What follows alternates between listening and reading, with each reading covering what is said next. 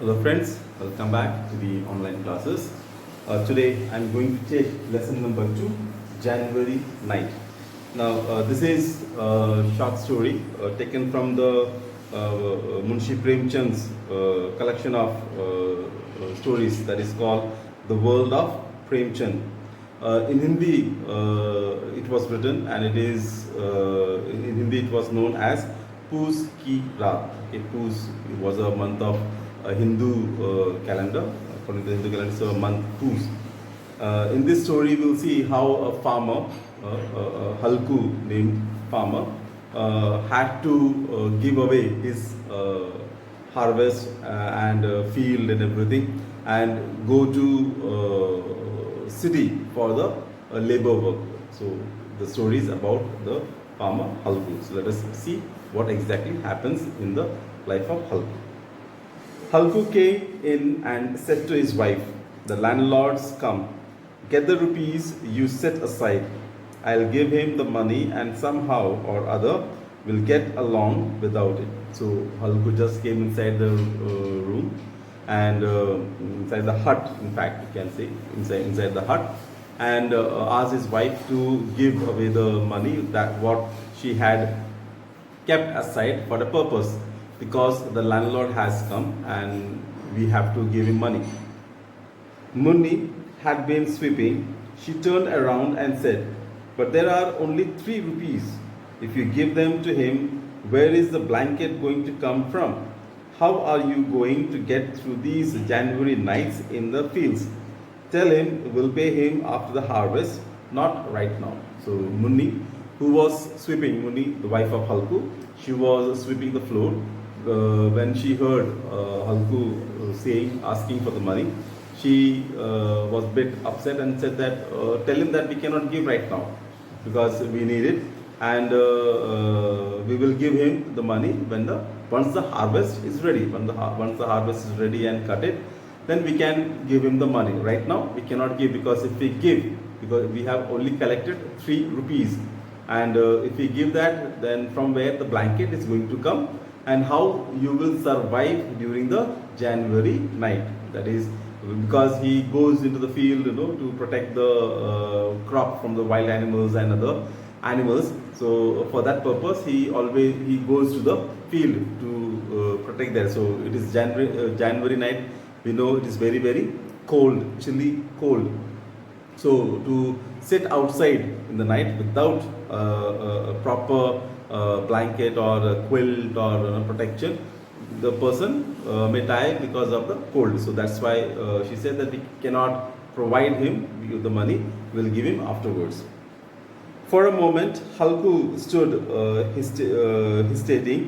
Without a blanket, he couldn't possibly sleep in the fields at night. But the landlord wouldn't be put off. He had threatened and insulted him. So what did it matter if they died in the cold weather, as long as they could just take care of this calamity right now?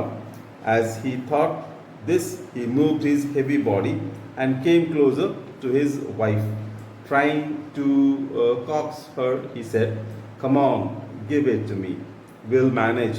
I'll figure out some other plan to get the blanket." Now, when she said about this, the January night, how you would survive, he also thought for a moment. He also became like a statue and started thinking, because it was very, very difficult staying out in the cold. That is was January, month of January. It is very cold. So how could he survive there without a blanket?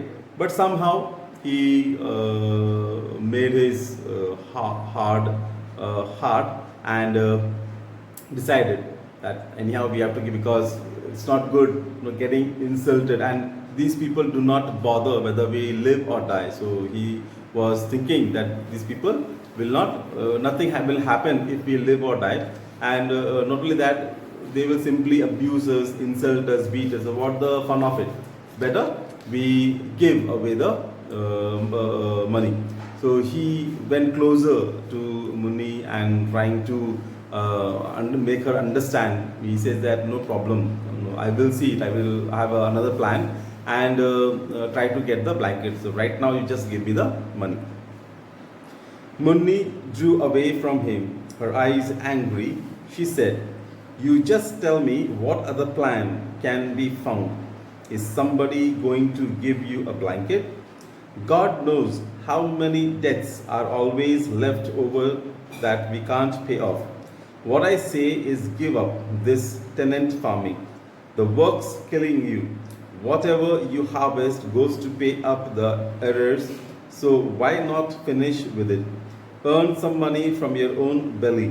I won't give you the money, I won't." So Muni, she just drew away from him. She just kept aside from him, kept a distance from Halku, and with a angry, gave an angry look to Halku and said that you always say that you will have another plan, but same thing, we are just having debt upon us every now and we do not know how to get rid of this debt. Because whenever we think about the debt, get rid of the debt, something or other happens and we cannot come out of this. Now we are working on a tenant, as a tenant. We have took this field as a what you call किराए पे, बोलते हैं ना, किराए पे लेके खेती करते हैं. तो उससे क्या होता है कि जो खेती करते हैं किराए पे, उनका जो हार्वेस्ट होता है, ठीक है, वो ज़मींदार ले लेता है और थोड़ा पैसा उनको देता है, बस यही रहता है. क्योंकि कर्ज लिए रहते हैं तो कर्ज चुकाना पड़ता है, तो उस वजह से उनको कुछ मिलता नहीं. So the Munni says that we are working as a tenant on his field. It is better that we leave the tenant work. Okay, we don't work as a tenant to the farmers, whereas we go to city and do our work. We labor and get the money for ourselves. No need of giving anybody. But I will not give you this 3 rupees. You do whatever, you say whatever, but I will not give you. She was determined. She didn't want to give the money to Halku to give away to the landlord. Sadly, Halku said, "Then I'll have to put up with this abuse." The bitter truth in Halku's words came charging at Muni like a wild beast. She went to the niche in the wall, took out the rupees and handed them over to Halku. Then she said, "Give up farming this time. If you work as a hired laborer, you will at least get enough food to eat from it. Find work farming someone else's land." So Halku became very sad, and sadly he said, "Okay, then let me go and get his abusive words." Now this was very touching for Munni. She felt a little bad that her husband has to be insulted. Her husband will be insulted in front of other villagers in spite of having money.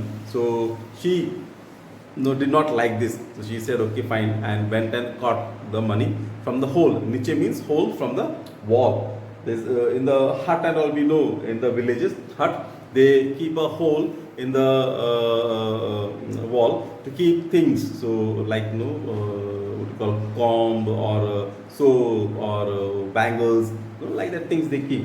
So the money was also kept there. So she goes to that niche, the hole in the wall, takes the money and gives. "Okay, go and give, but promise me that you will stop working as a tenant in others' field and you will work as a laborer, so that you can have at least stomach full of meal.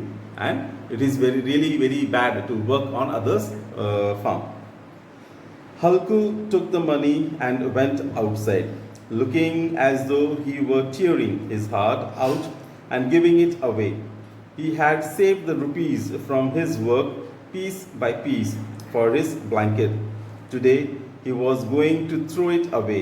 With every step his head sank lower under the burden of his poverty. Now Halku took the money and started walking towards towards the door to give the money to the landlord.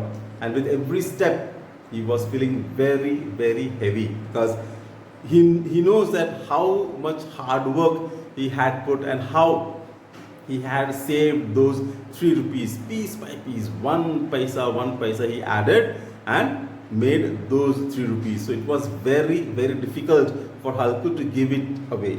It was simply easily going. He might have taken almost 3 months to collect those three rupees, and within no time the 3 rupees were gone, and he was not going to get any blanket. So he was feeling very, very hard, very, very sad about it, and with heavy steps he went out to give the this 3 rupees.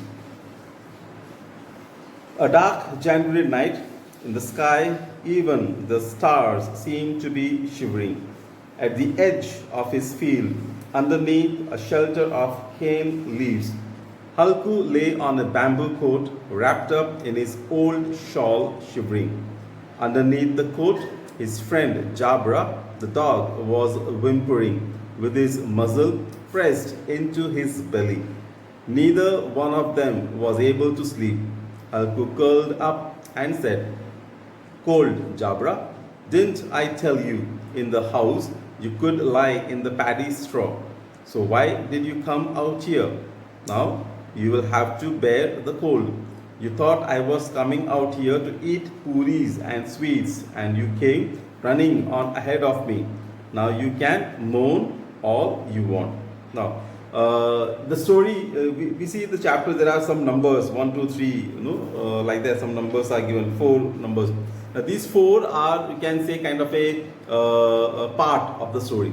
The first part was in the house where Halku and Muni were talking and gave the 3 rupees. Now, second part we see how Halku is in the field. Now, it was dark January night. Halku was lying down on a coat with his torn apart shawl, very old shawl, and shivering like anything, since it was January night and it was bitter cold. He was shivering like anything. Under his coat there was his dog called Jabra. Now, Jabra also was shivering. His teeth were biting itself, hitting itself. So Halku made fun of Jabra and said that, "Why did you come? I told you not to come, no? I had told you to stay back at home, and you could sleep on the straw near the fire, and you will not feel any cold. But you came with me, running ahead of me, thinking that I am going to enjoy, to have good food of laddus and sweets and puris and sabjis and all. You thought that way, and that's why you ran ahead of me and reached here. But now, you see, you are shivering like anything. What's the fun of it? Now what can we do? Be there and shiver. I cannot do anything." Jabra wagged his tail without getting up, protected his whimpering into a long yawn, and was silent. Halku reached out his hand and patted Jabra's cold back. "From tomorrow on, stop coming with me, or the cold will get you. We'll get through the night somehow. This is the reward you get for farming. While we do the hard work, somebody else gets the joy of it." Jabra just wagged its tail to stop, not to show his shivering. He just yawned and laid there only. Halku came forward and put his hand on Jabra's head and patted and said, "Okay, anyhow, you have come. We will try to somehow manage today's cold, but promise me, from tomorrow onwards, you will not come with me. You will stay back at home." Now here, this is a funny thing with us, that we are farming for somebody else. Somebody else is going to enjoy the fruit, but we are suffering here in this cold. So he just spoke to Jabra and was sitting there and watching him there. Jabra looked at him with eyes overflowing with love. "You have to put up with just one more cold night. Tomorrow I'll spread some straw. You won't feel the cold." Jabra put his paws on Halku's knees and brought his muzzle close. Halku felt his warm breath. So Jabra looked at him. He just looked at the Halku through his almost his looking in his eyes and showing his love. He was feeling his love. Jabra was feeling his Halku's love, and Halku also told that, "Don't worry. Somehow you manage today, tonight. Tomorrow I will spread some straw here so that it will keep you a little warm." Jabra just got up, put his paws on the knees and put his nose near his near the Halku's leg, and Halku could feel the warmth of the breath that Jabra was breathing. Okay friends, enough for today. Tomorrow I'll come back and have the rest of the story. Till then, stay home, stay safe, have a nice day. Thank you.